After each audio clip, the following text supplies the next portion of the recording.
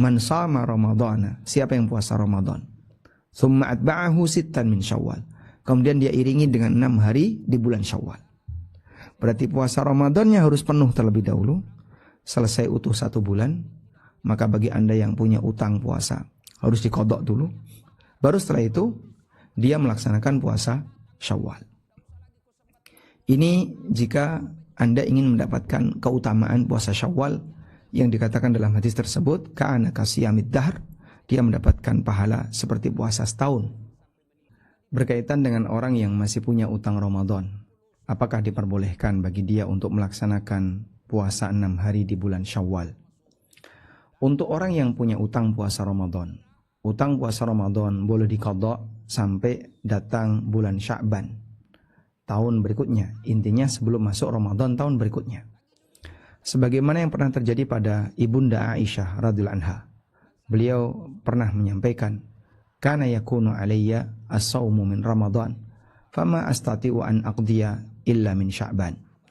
Dulu aku pernah punya utang puasa Ramadan, dan aku tidak bisa untuk mengqadhanya kecuali di bulan Sya'ban. Sehingga Aisyah menunda pelaksanaan qadha Ramadan itu selama kurang lebih 11 bulan, sampai di bulan Sya'ban menjelang Ramadan. Dan hadis ini sahih riwayat Bukhari. Ini menunjukkan bahwasanya qadha Ramadan boleh ditunda. Yang penting jangan sampai masuk Ramadan berikutnya. Selanjutnya, berkaitan dengan puasa sunnah selama 1 tahun.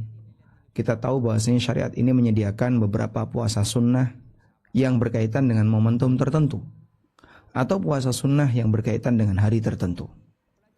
Contoh puasa sunnah yang berkaitan dengan momentum tertentu, misalnya puasa Arafah atau puasa Asyura, yang itu dianjurkan di tanggal tertentu karena ada momentum tertentu. Contoh puasa sunnah karena hari tertentu, misalnya puasa Senin Kamis, atau puasa 3 hari tiap bulan, atau Ayyamul Bid, puasa di saat tengah bulan. Tayyib. Kemudian ada juga puasa yang digandengkan dengan Ramadan. Ada puasa sunnah yang digandengkan dengan Ramadan. Contohnya adalah puasa Syawal. Nah, jika kita lihat di sini, kita bisa bagi berkaitan dengan keberadaan bulan Ramadan, maka puasa sunnah ada 2. Ada puasa sunnah yang berkaitan dengan bulan Ramadan, dan yang kedua puasa sunnah yang tidak ada hubungannya dengan bulan Ramadan. Untuk puasa sunnah yang berkaitan dengan bulan Ramadan, di situ bentuknya adalah puasa Syawal. Kenapa kita bisa sebut ini berkaitan dengan puasa Ramadan? Karena Nabi SAW bersabda, man sama Ramadana, thumma atba'ahu sittan min Syawal, kana kasiyamid dahr. Siapa yang berpuasa Ramadan, kemudian dia ikuti dengan puasa 6 hari di bulan Syawal, kana kasiyamid dahr, maka dia mendapatkan pahala seperti puasa setahun. Hadis sahih riwayat Muslim, Ahmad, Tirmidzi dan yang lainnya. Berdasarkan riwayat ini, Nabi SAW menggandengkan antara puasa Syawal dengan puasa Ramadan. Sehingga beliau mengatakan, man shoma Ramadhana, siapa yang berpuasa Ramadan. Artinya dia sudah menyelesaikan puasa Ramadan. Thumma atba'ahu, kemudian diiringi. Berarti puasa ya Syawal ini sifatnya adalah mengiringi puasa Ramadan yang sudah selesai. Dan ini yang kita maksud tadi, puasa sunnah yang berkaitan dengan puasa Ramadan. Mungkin bisa kita dekati dengan bahasa sholat ba'diyah. Misalnya sholat ba'diyah zuhur. Sehingga sholat 2 rakaat ba'diyah zuhur ini berkaitan dengan apa? Sholat zuhur. Nah, untuk puasa sunnah yang berkaitan dengan Ramadan, sebagaimana sholat ba'diyah yang berkaitan dengan sholat wajib, maka puasa semacam ini tidak bisa dilakukan kecuali setelah kita menyelesaikan puasa Ramadan. Sebagaimana ba'diyah zuhur tidak bisa kita lakukan kecuali setelah kita selesai melaksanakan sholat zuhur. Sehingga nggak ada ceritanya, misalnya ada orang di perjalanan, kemudian dalam prediksi dia ketika sampai di tujuan, nanti dia hanya bisa sholat 4 rakaat. Sholat zuhur 4 rakaat.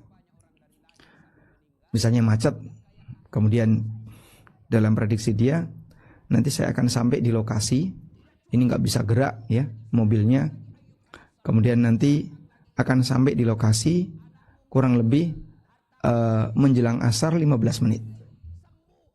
Cukup untuk sholat 4 rakaat. Dan prediksi dia nggak bisa melaksanakan sholat ba'diyah. Maka dia bisa sholat qobliyah di atas kendaraan misalnya. Kemudian nanti setelah sampai di tujuan, dia sholat duhur 4 rakaat. Kemudian setelah itu masuk asar. Saya mau sholat ba'diyah gimana? Boleh nggak dicicil sebelum duhur? Tentu saja nggak bisa. Kenapa? Karena yang namanya ba'diyah duhur tidak mungkin dikerjakan sebelum melaksanakan sholat duhur. Sebab ba'diyah duhur itu berkaitan dengan sholat duhur. Maka baru bisa dilaksanakan setelah sholat duhur selesai. Hal yang sama juga untuk puasa 6 hari di bulan Syawal. Karena teks hadisnya menyebutkan, Man shama Ramadhana, siapa yang puasa Ramadan, tsumma atba'ahu sittan min Syawal. Kemudian dia iringi dengan 6 hari di bulan Syawal. Berarti puasa Ramadannya harus penuh terlebih dahulu, selesai utuh 1 bulan. Maka bagi Anda yang punya utang puasa harus dikodok dulu. Baru setelah itu dia melaksanakan puasa Syawal. Ini jika Anda ingin mendapatkan keutamaan puasa Syawal yang dikatakan dalam hadis tersebut, ka'ana kasiyamid dahr, dia mendapatkan pahala seperti puasa setahun.